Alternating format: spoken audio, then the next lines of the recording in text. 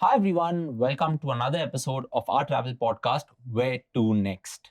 Today, Sunila and I are going to discuss a very important topic, and we're going to make you reconsider whether having breakfast included in your stay is a good thing or a bad thing. At the end of the episode, you figure it out based on the discussion that we are having. So, Sunila, to start this episode, let me simulate a scenario. Imagine that you're staying in a hotel in Singapore. Okay. You have breakfast included. Now, let's take one of the famous hotels in Singapore, the Mandarin Oriental for that matter. If you have breakfast included, you go into breakfast. What is a general breakfast that you would have when you're in Singapore? Neil, I think, to answer your question, a general breakfast wherever you are in a hotel kind of tends to be the same is what I would do is start with fruits. You head to the fresh fruit counter, you'll have some fruits, maybe a bowl of yogurt along with it. And then I head to the live stations if there are live stations. If not, then there's the buffet and you choose the items from there. Say eggs, or if there's eggs made to order, then you have your choice of eggs, an omelette or whatever, maybe a toast by the side. It all depends on how much time you have for breakfast, and then wash it down with a cup of coffee. That's typically the breakfast that I would do. And for any traveler, generally, you want to load up on the breakfast, right? Because Sure. sometimes you want to get more done if you have very few days. And I guess I also fall into the same category. Until I was in Singapore one time and I decided to skip breakfast and go down to the shopping mall. But I didn't go down to the shopping mall with the view of having breakfast. I went there to one of the 7-Eleven or the supermarket stores to pick up something. Now, on the way there, I saw a place that was named Kaya. Okay. Mhm. And kind of there was a huge line around it. And as that huge line was there, I saw people queuing in just on their phones. Like in Singapore, you often see people queuing and on their phones, right? And I was wondering what it was because I figured that this is a line for some food item. And if it's a food item, I was like, okay, I also want to find out what it is, right? So I asked one of the locals, and the local said that this is a very Singaporean dish that you can have, which is known as the kaya toast. And I was like, okay, I'll also stand in line. And I asked the local to help me out ordering. So what she really did was she once she got to the counter, she was like, get a kopi, which is Singapore's version of a coffee. Now there are different versions of kopi. If you really want to figure that out, we can link our other episode where we discuss Singapore's kopi culture. But she ordered a kopi for me, and she ordered a kaya toast, which is basically toast. There's cold butter and kaya, which in many ways, if I'm not wrong, is a mixture, very Singaporean, but it's a mixture of just butter and a few other things that are kind of added, right? And along with that, they gave us soft boiled egg, which is the runny egg. And I thought this seems very standard, right? Why do people really, rave about it? And so I put the butter on the bread, then I dipped it in the kaya paste that was there, and then I dipped it in the soft boiled egg that was there. I mixed it and I had it. And the confluence of flavors that kind of burst in my mouth gave me the realization that if I would have or had that hotel breakfast, I would have definitely missed out on something like this. Now, ever since that time, this was, I think, 7 years ago, every time I'm in Singapore, even if it's for a short layover, I make sure that at Changi, I find a place that serves kaya toast and kopi, and I have that. So, the entire thing was that do we really need to have that hotel breakfast, right? And that's why I thought it was an apt overview or apt title for this podcast that, should we really skip that hotel breakfast? Because I understood so much more about the Singaporean culture through something like this. So I wanted to ask you, now that we've set the stage for this episode, have you had an experience like this where you have kind of not had that hotel breakfast, not the croissant, not any of those things, the fruits or anything that you mentioned, but really skipped it and gone out and explored the breakfast culture in a place? Sure, Neil, and I think you're absolutely right. It's one of the best ways to explore the local cultures to have that breakfast. And just like you, even when I was on my way to Taiwan, the first thing to do was, at Singapore airport, stop by, head up to Eat Street, and then order the kaya toast and coffee, and start it. I think it really starts the journey in a great way. To answer your question, I think one of my most memorable breakfasts. There have been many such instances, But I would say in the last few years, something that was so different for me was Georgia. Okay. As a country itself, it is something that is opening up, welcoming tourists. And then I had this huge, big giant of a driver who was driving me around, and I wanted to leave really early because there was a long journey to be done. So I told him, I'm just going to skip the breakfast and let's just go because I don't have time, right? Yeah. Because sometimes, if you realize, we often put a alarm on a holiday so that we don't miss the breakfast. Yeah, because it's included. It's included, so you feel like I'm going to miss out if I don't have that hotel breakfast. And even if you want to sleep in late and enjoy your holiday, you still put that alarm clock so that by 9 o'clock you wake up, run to the breakfast counter, quickly eat a few things, use up the money you've paid, and Yeah. then maybe go back to sleep or whatever. So, anyways, this time it was the other way around. I had to leave really early. So I told him, I don't think the hotel breakfast will even open by that time. Let's just go. And he said, don't worry. And then on the way, he stopped at this place, very local joint, and he said, okay, eat this. And I said, I don't think I can finish this. And he said, just eat it. And it was so delicious. And the item I'm talking about is called khachapuri. Oh yeah, the famous Oh khachapuri. my God. And it was so delicious, but so heavy. So it was like this big round bread, and they scoop the inside of the bread and they fill it with cheese, Cheese. which is so good, and egg as well. So you can Yeah. have it with egg and cheese, and then you break the bread, dip it into that. So a different version of the kaya in that sense, but more savory and so delicious, but it is quite full. So I didn't need lunch that day. I didn't need anything till dinner. But I really enjoyed that breakfast. And it was really, really special being in that small local joint and having that. So, yeah, I quite enjoyed that breakfast. And I think after that, at least in Georgia, I didn't go to the normal buffet breakfast. Or when I went to the hotel, I kept looking if they had anything that was local. So would you say that at a hotel breakfast, if you're smart enough, you can still understand the culture through some of the things? Would you say that? I think you get a glimpse of the culture. I don't think you really understand the culture, but you can, if you know what to get, you can definitely do it. So, like for example, you mentioned the Mandarin Oriental, and a lot of these other Asian hotels or hotels in Asia always look out for the local area, breakfast counter.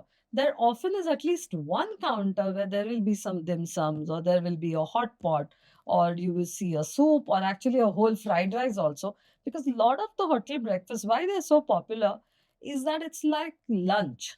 So Yeah. when people, you have everything from rice to all kinds of noodles or everything out there, but along with the usual continental fare or usual buffet breakfast with eggs and bread and cheese and fruits and the other things, there's always a local counter, mostly. So look out for that, and you won't, you'll at least get a glimpse into the culture of that place. To have the real culture is what you did, where you get into local markets, you go into a small joint, and you see how people are eating, you see the locals doing things. And I think early morning in any city really gives you a beautiful glimpse of how the city awakens. So I quite like that.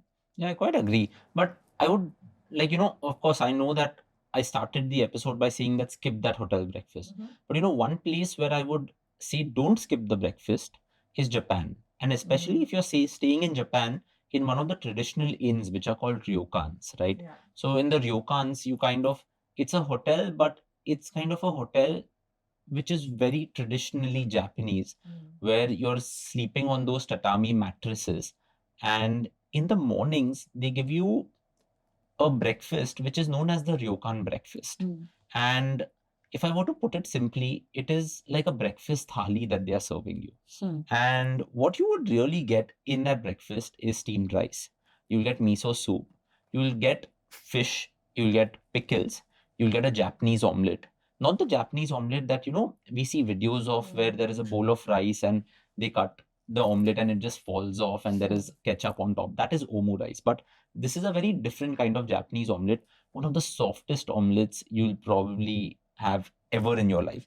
And it is kind of served in on tables which are probably this low, right? So you have to sit cross-legged, and there it is a whole tradition that they kind of do in one of these ryokans. So the breakfast as such that you kind of get in Japan is at these ryokans is very different to something that you'll get at a hotel. But otherwise, like, I've kind of made it a habit now. Whenever Heta and I travel, you get hotels where you can include the breakfast or you don't include the breakfast. And most of the time now I've just started skipping it. And Yeah, and yeah. if you wanted, you can still have it at the hotel, just pay for it extra.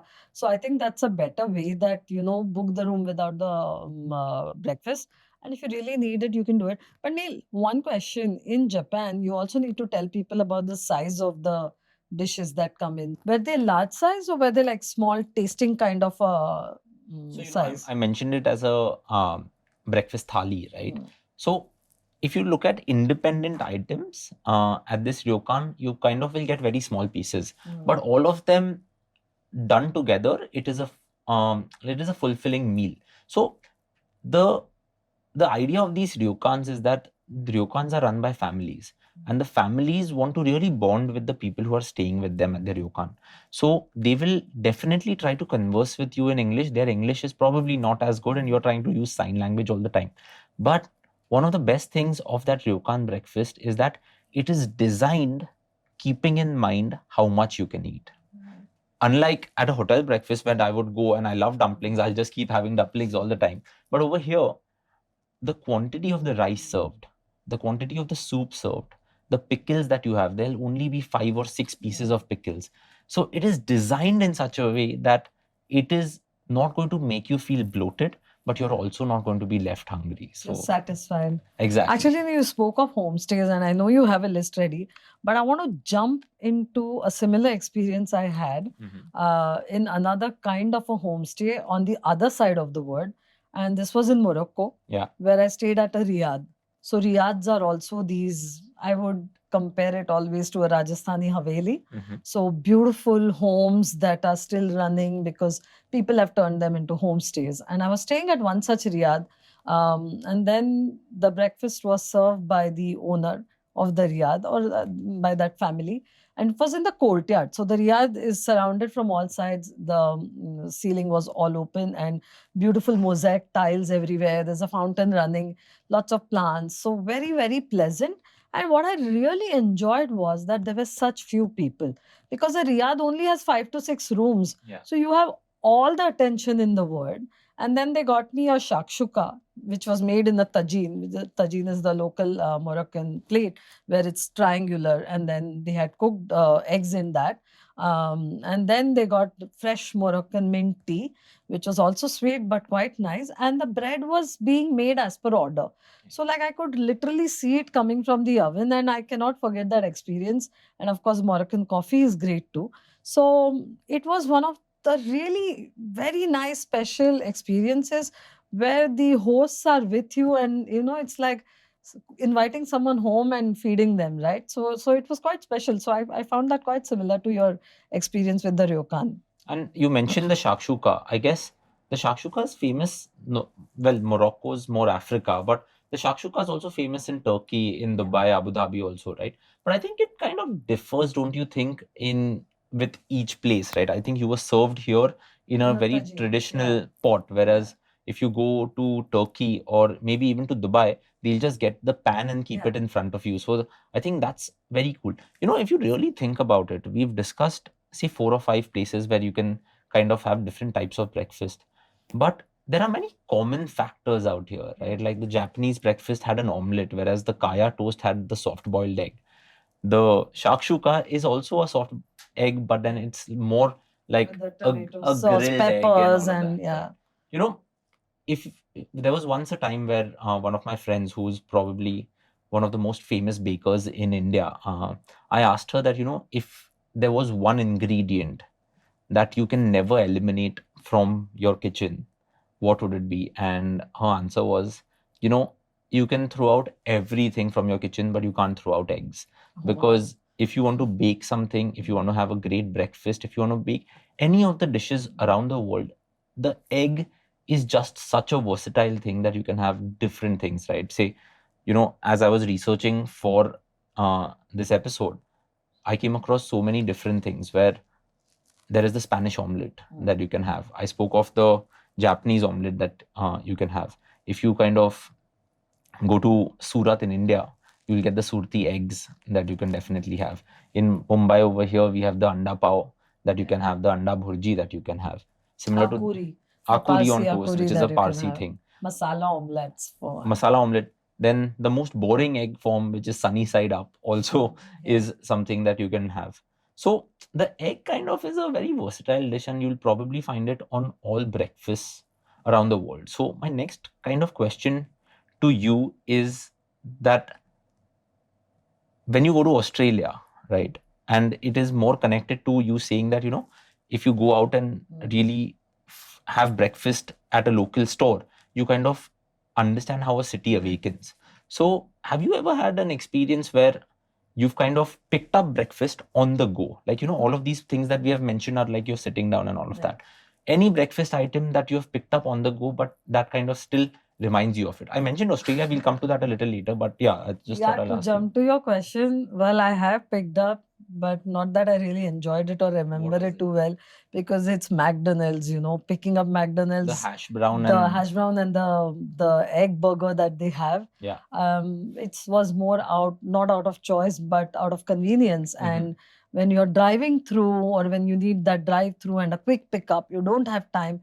I think McDonald's is the easiest and the fastest breakfast or any food to pick up.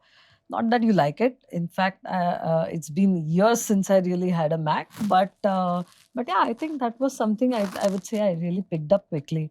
I can't remember any other breakfast that I've picked up that quick and gone. What about you? I think you're forgetting, but I remember us picking up, running to WTM in London. You know, you mentioned hotel breakfast and all of that. Picking up a croissant and that coffee and running to the tube in London. Yes. That is very Londony, right? It is. It doesn't even feel like breakfast actually with just a croissant and coffee. But yeah, you're right. We did pick up croissants and coffee and run to London. Talking of croissant, actually, the breakfast that I really enjoyed, one of the breakfast, and it's very cliched, but a very Emily in Paris kind of thing, was in Paris. Okay. And when you're in Paris, you cannot not have a croissant early morning when it's baked hot, nice. And I think I went about a year back, and I was in this area called Marais, the Marais district. So because I'd seen the other districts, I wanted to go in and really experience that. And I'm glad I did, and I'm glad I went early morning. I went to a place called Cafe Brace, and they have lots of options. So you have a quiche, you can have different options with the quiche of a salmon quiche, or other types of things that you can have, a vegetable quiche even. And but of course, I chose the to start off with a croissant and a coffee, and then the crepes. And then that just ended up becoming brunch for me, because the crepes also, again, there are the sweet crepes, but I actually enjoy the savory crepes, like with hams or onions, or they are just too good. So I guess a crepe is also an interesting dish, right? You can probably have it with Nutella, and at the same time, at the same stall, you can have it just as an egg, or you can have ham on it and all of that. But that reminded me, I was in France 2 years ago, where I had gone for Heta's MBA in CAD 5-year reunion, and we were touring through France for 21 days. And when we were touring through France, we did Paris, then we went to the town called Tours. Then from Tours, we went to Bordeaux, Biarritz. We went to Fontainebleau, where INSEAD University is located, and all of that. 21 days meant that I could really have 21 breakfasts. But you mentioned the croissant, but I like the pain au chocolat, which is chocolate inside of that bread, right? And it was a ritual for me, where Heta's a sleeper, so she sleeps probably till 9:30, 10, and all of that. So I would wake up early, I would get out of the hotel, find the nearest cafe, because the pain au chocolat or the croissant you'll get over there is way, way better than any of the bread that you'll get over here, right? So I made it a point that I would pick up two pain au chocolates, not one for Heta, two for me, and coffee. And that was a ritual for 21 days. I was kind of living that French life, I would say. And on the way back, at the end of the trip, I just tapped on Heta's shoulder on the flight, and I was like, Heta, one interesting fact from this trip is that I've had 42 pain au chocolates and 21 coffees.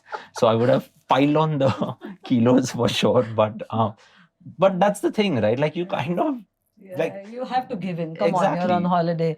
You cannot go there and think, and it's the other way around too, right? Like, so I met this Italian friend, and he told me we were talking in London, and he said, it's like sometimes you wonder, can you have so much bread? Can you, like, how much bread do you eat? You just eat bread all the time, is what I tell the Europeans. And he got right back to me and he said, but you start your day with rice. I said, what nonsense? We don't start our day with rice. Rice is for lunch. And he said, really? What is your breakfast? What is a dosa made of? What is an idli made of? What is a poha made of? And I said, oh yeah, it's nothing but flattened rice. So I just shut up after that. And he said, like, you have rice, we have our bread. So I guess whatever works for people all across the world, right? And if you really think about it, the croissant has also been reinvented in many different ways, right? Because I remember in Italy, of course, the breakfast includes a coffee and many other things. But at many of the cafes, I saw the Italian croissant, which is the cornetto.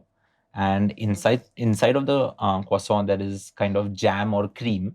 And one of the best ways of having a quick Italian breakfast, at least the ones that they have in Rome or Milan, is that you're on your way to work.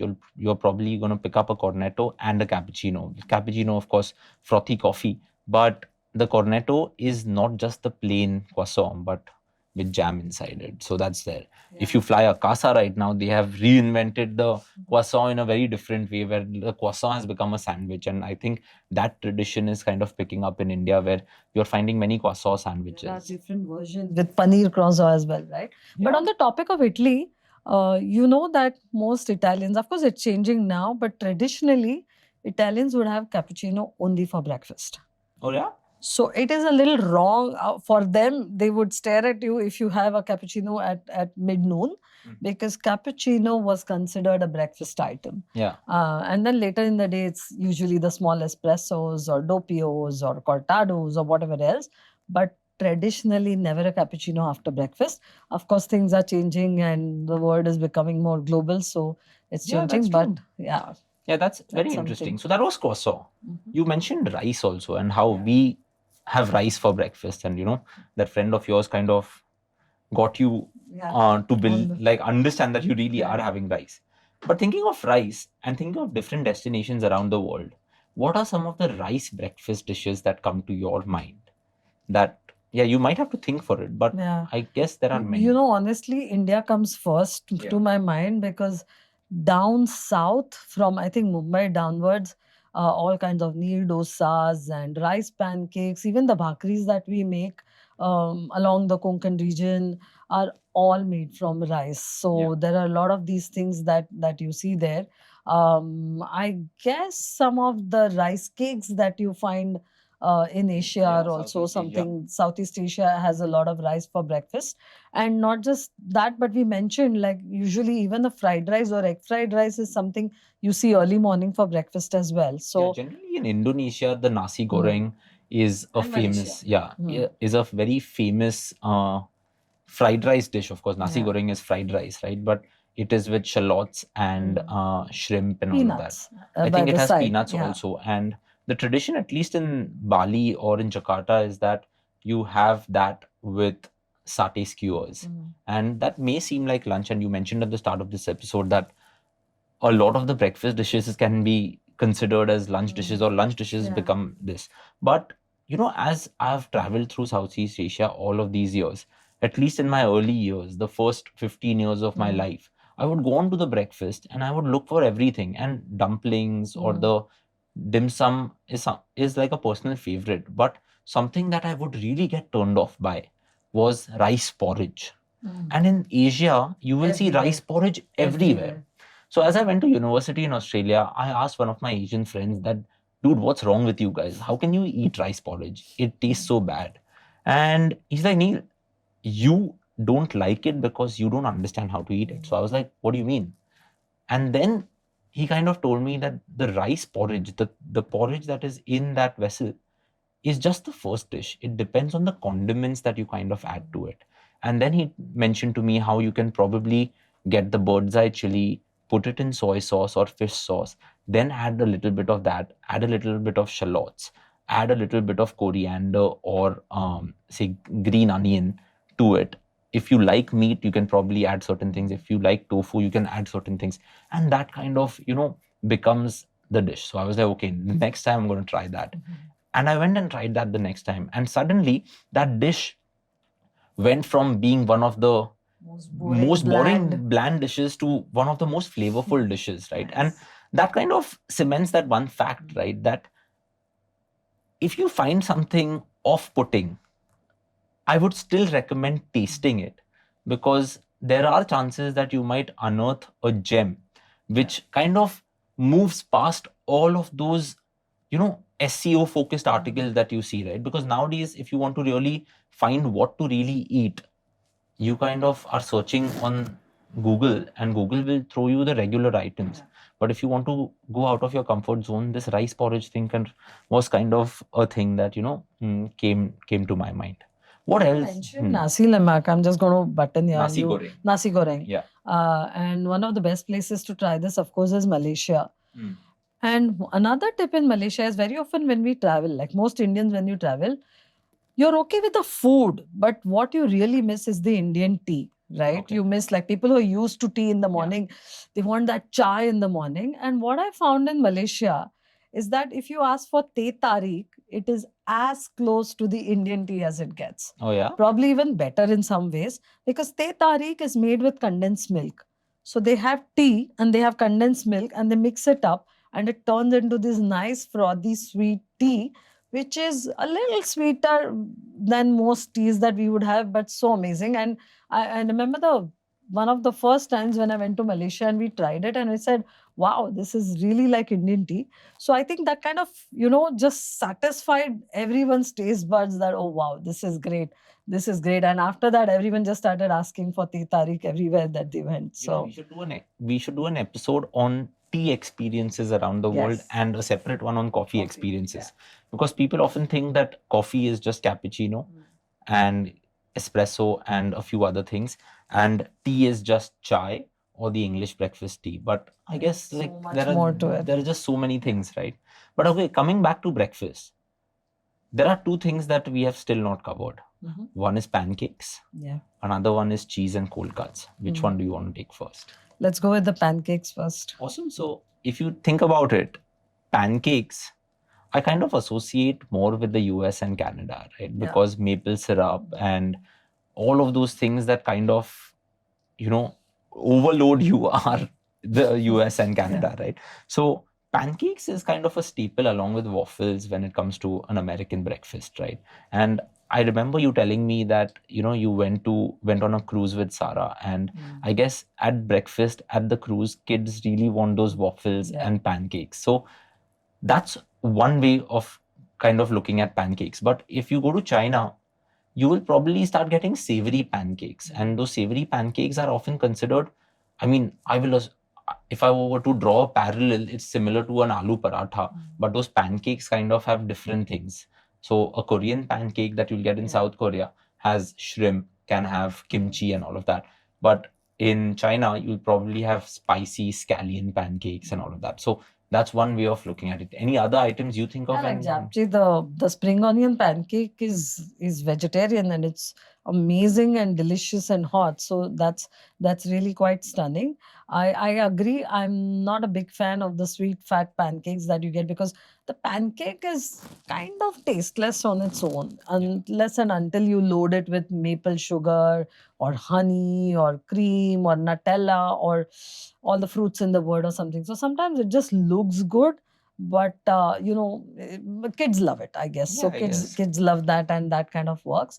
Again, I come back to India because, like you said, the paratha, most of our dishes are kind of like pancakes, right, in different ways. And even the dosa could be considered a crepe or a pancake in that sense. And then there are so many varieties of like parathas or dosas that we get here, that in a way Indian breakfast can be different every day. But in different places and different hotels, you kind of get the same pancakes wherever you go. That's true. The crepes that I found, I quite enjoyed the crepes because with the savory options, there were a lot of different options, vegetarian options, options with meat, fish, and different things. So I prefer the crepes to the pancakes, actually. So, Sunila, now that we've discussed all of these things, what are some of the things we still have missed out? Because the list is pretty long, and then I was just trying to recall what we've missed out, but what comes to your mind? The list is so long, we can do another episode, but quickly thinking of something that I think both of us really like. We've both been there, and it turned out to be the best breakfast I had in a hotel, even, is the Vietnamese pho. Oh, you got that at the hotel? At the hotel. And well, it's spelled PHO, but you pronounce it as pho, right? And this very light soup that came Brothy in, soup, the yeah. brothy soup, and then you choose either have it veg or put in some chicken or beef or and the other condiments. And I was sitting at the breakfast. Like I mentioned, you have the whole buffet, and after all of that, I almost missed it. But I saw that they had a live station making the Vietnamese pho, and Yeah. I enjoyed it so much that every day in Vietnam was with a pho in the morning. You know, my first introduction to pho was not in Vietnam but in Australia. Oh, wow. Where in Melbourne I went to the Vietnamese district, and we went to a very local shop, everything in Vietnamese. All I could say is that no beef, chicken, no beef, chicken, and they got me the chicken pho. And at the traditional spots, they bring you a pot, which is the broth, which has those rice noodles in there, which has chicken topped on it. And suddenly they give you this massive dish or bowl, which has all condiments. So the coriander you have to pluck and put it in. The basil or any of the leaves that are As there, fresh you have, as it you, have, gets. you have to put it in. You have to put the chili that is there, and you have to load it up, and it kind of defines the taste that you want, right? And that's why the tradition is that you sip it, and then you're like, oh, maybe this needs more chili, so you add the bird's eye chili. You sip it again, then you think that, okay, this needs a little more coriander, and over a over the entire meal you're kind of altering the taste in a very different way. And I think that's what makes pho very, very different. You'll find pho on many of the menus in India, but I'm still on the lookout for good pho, because good pho requires the broth to be boiling for 24 hours, 48 hours, and all of that.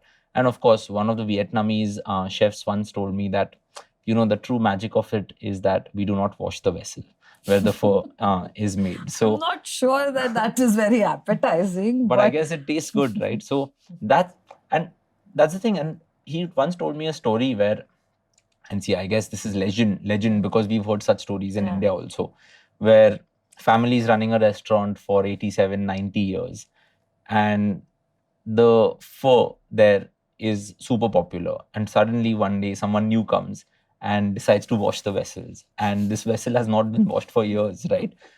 And suddenly the taste of pho changes, and they have to shut down the restaurant because people don't like it anymore. So I guess pho is is probably that. So yes, pho is one of the it also things, surprised me that because having soup for breakfast was not something I would have thought of, but it grows on you, and it really grows on you very quickly, and it's so delicious that you want to have more of it. I guess whenever you travel through Asia, whether it's Far East Asia or Southeast Asia, it just expands your horizons because you're having uncomfortable things for breakfast. Yeah. Europe, USA, easy. You know that bread can be had for breakfast, eggs, ham, all of that can be had for breakfast. But suddenly, having noodles, having rice as an actual fried rice, it kind of throws you off, right? But I think that's the fun of traveling, if I'm not wrong. Yeah, and Neil, you mentioned having this in Melbourne. So I want to go back to Melbourne and Australia again because both of us have traveled. You've lived in Australia too, and I remember the last time I went and I actually visited my cousin there, and she said, "Let's go do breakfast." And both her, she has twins, and they were so excited. They were like 7. Why are they so excited? And she said, "No, you'll see."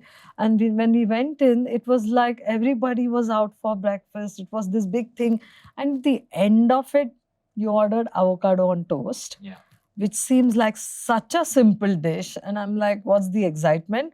But the food was so good. It was so good and so pretty to look at. Like most avocado on toast in restaurants, I think the first 5 minutes are with the phone to make sure you get the best shot, right? I think avocado on toast tastes completely different in Australia. Yeah. And I quite agree that that is the staple there.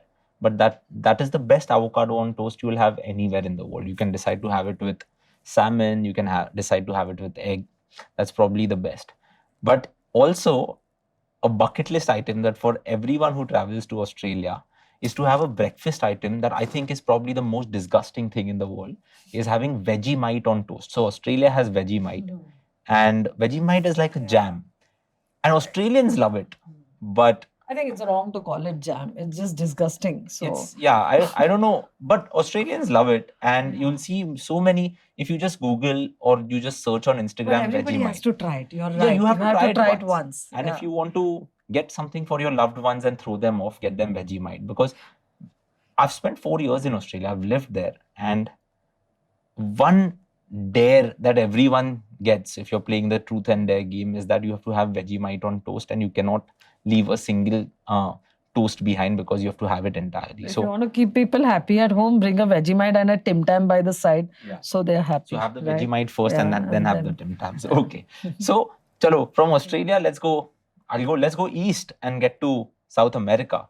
What are some of the breakfast items that you can think of when it comes to South America? So I was in Peru a few years back, and in the morning when you sit down for breakfast in Peru, of course you have the regular items, you have the usual items, but they also have a very very healthy superfood which is actually grown in Peru and the whole world knows Peru for, and that's quinoa. And the quinoa, and she kept insisting that we pronounce it the right way, and she said not quinoa, it's quinoa. And then the quinoa porridge was something that you can have out there. But street food breakfast in Peru is very different to the food that you get in the restaurants. Okay. So when you're in Peru, of course, try things at the hotel and the restaurants, but also try the street food. And for breakfast as well as in the night, street food is amazing. So they have this pork sandwich, which is quite delicious, and that is the street food breakfast that you should not miss there. And then they have a dish made from corn, tamales, which often is the supplemented with yellow chili. Okay. So aki Yeah. amarillo, and they put in the paste there, and it's just an explosion of flavors. So along with the other things, these are a few things, because corn and quinoa is grown a lot in Peru, and you'll often find different kinds of items made out of it. Yeah. Another thing, probably not South America, but Mexico, right? Mexico, same line, yes, probably the same landmass as you would call Yeah. it. The taco breakfast that you can have out there wow. is pretty good, right? I think I've written it down over here. It's called chilaquiles, Uh-huh. and it is basically the lightly fried tortilla chips with sour cream or cream cheese on them, and they sometimes are with egg, sometimes are with chicken, and they are completely mesmerizing, is what Heta tells me. I've not been to Mexico, but she went there for the Day of the Dead festival, and that was something that she asked me to put on this list when I told her that we are doing an episode on that. Okay, what else? Neil, one of the other places that I've been to, and I think we should definitely mention that, is Scandinavia. Okay. Because breakfast here differs, of course, from the rest of the world. They are mainly a fish eating, different countries where a lot of fish is seen. And I was in Norway, and I must say, just like Japan, in Norway, some of the hotel breakfasts are some of the best in the world. Why do you say that? They have a lot of items. I was way up in Lofoten Islands, and I was surprised by the huge breakfast spread. And it wasn't like just normal, standardized, globalized buffets that were laid down. There were different options. There were different options to choose from. There was also a menu to order from, and a lot of local dishes as well. So if you eat fish, then you can, of course, have fish in the morning. They are all used to having fish in the morning. But one item I would recommend everyone to taste is the brunost, which is the brown cheese. Okay. And it's quite special, it's quite delicious, and that is something definitely everyone should taste. And of course, Sweden is known for its fika moments. Just like you have ikigai in Japan, Sweden believes in having coffee with friends without looking at your phones, keeping the phones away, and just really enjoying moments of togetherness. So that culture in Sweden is so strong that kind of not just at breakfast, it extends throughout the day. But those are definitely things that you should try in Scandinavia. Awesome.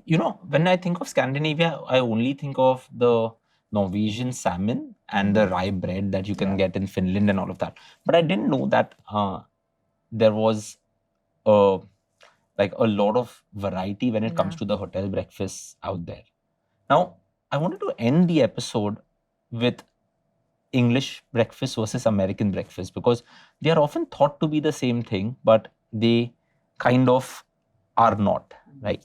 But before that, I thought that because we are discussing food and both of us quite like food, I thought adding a quiz element to this episode would be Okay. fun. So I have prepared a quiz here, and I'm going to I ask like you. how it's always you asking me. Yeah, because I have one over here, so I thought, Okay, you know, let's go. and this was not in the notes that I shared Yes, with you, of so I course. thought it would be good. So I'm going to ask you a question. I'm going to give you Uh-huh. 4 options, and you have to be quick in answering which one Let's that go. is. Okay. Now, the first one is your breakfast comes in a sizzling copper pan. Okay. It's eggs cooked with tomatoes, Mm-hmm. peppers, and a touch of spice. And you get Shakshuka. no. No. Okay. Okay. But Mhm. similar to shakshuka, Mhm. you're close to it. You tear the bread and scoop it in the egg, Mhm. right? Similar to a shakshuka. The dish is called menemen. Ah, okay. But which country are you enjoying this meal in? Turkey? Yep, that's Yes. correct. Mhm. Now, another one maybe is something we discussed, but okay, let's probably bring it in. Your table has crusty bread rubbed with fresh tomatoes, olive oil, and salt.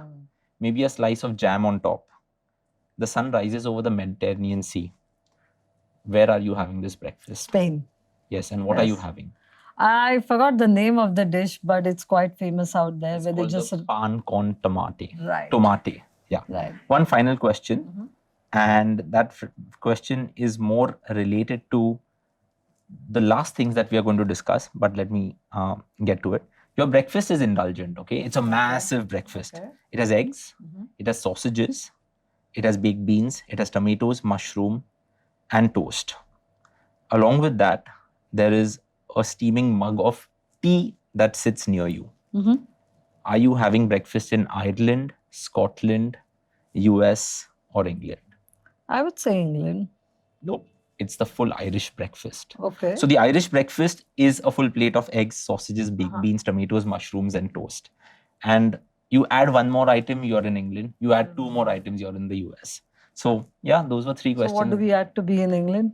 Well, boring food is probably the answer, but I would say that grilled tomatoes get added to the English breakfast. But I was close. There is also the pudding that kind of gets added Yeah. to the English breakfast. And if you add haggis, which is, the sheep's intestines, then you're in Scotland. Oh, really? Yes. I didn't know that. Yeah. And then if you are in the US, then suddenly eggs and bacon become the staple. Maple syrup comes in, pancakes come in. So I guess Becomes more sweet in the US, right? Like more sweet items get added. yeah, and then it's much bigger, right? Like everything in the US is bigger. The smoothie is bigger, the breakfast plate is bigger. So I guess that's the difference. Less drinks. Yeah, and that's why I decided to bring in this question Nice. in the last thing, because then we could talk about Irish breakfast being a little different, English breakfast being a little different, American breakfast being a little different. Awesome. So Sunila, we've discussed all of these things, right? As we reach the end of the episode, what is one tip you would like to leave our listeners with, just centered around breakfasts around the world? Yes, Neil. So, when we are speaking of breakfast, along with what we eat is also important what we end the breakfast with. And this is something probably, even if you skip breakfast, you don't skip this. And I'm talking of the morning cup of coffee. So go ahead and enjoy that cup of coffee and try out the local flavors. Because if you're in Vietnam and you don't have an egg coffee, then you're really missing on something. So eggs need not be only breakfast items, they can be in your coffee too, and it's just like having a tiramisu or something. So it's really quite delicious. And then you have the Vietnamese coffee, which is so strong and so tasty. It's a little sweet, but it is definitely something you should taste. If you're in Italy, you have to have the cappuccino, you have to have the espresso, you have to taste different coffee. And of course, the African coffees are so popular that you have different blends. You want the Ethiopian coffee, coffee from the hills of the Andes. It all depends on what you like. But try out all the different coffees in the world, and we'll see you soon. Awesome. Let's end on that note. And you could probably get the coffee back for your loved ones also from Yes, all of these perfect. places, right? So yeah, that was our episode on skipping that hotel breakfast, venturing out of your comfort zone, and really embracing a culture of any place that you are in, whether it's in India, whether it's around the world. So yeah, enjoy that breakfast, bon appetit, and we will see you on the next episode of Where to Next. Bye-bye.